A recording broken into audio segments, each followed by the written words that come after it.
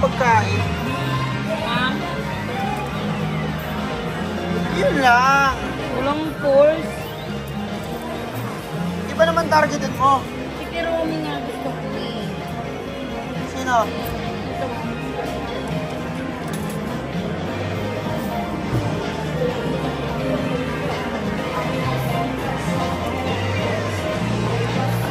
Tayo na, malabo pa sa patis yan eh.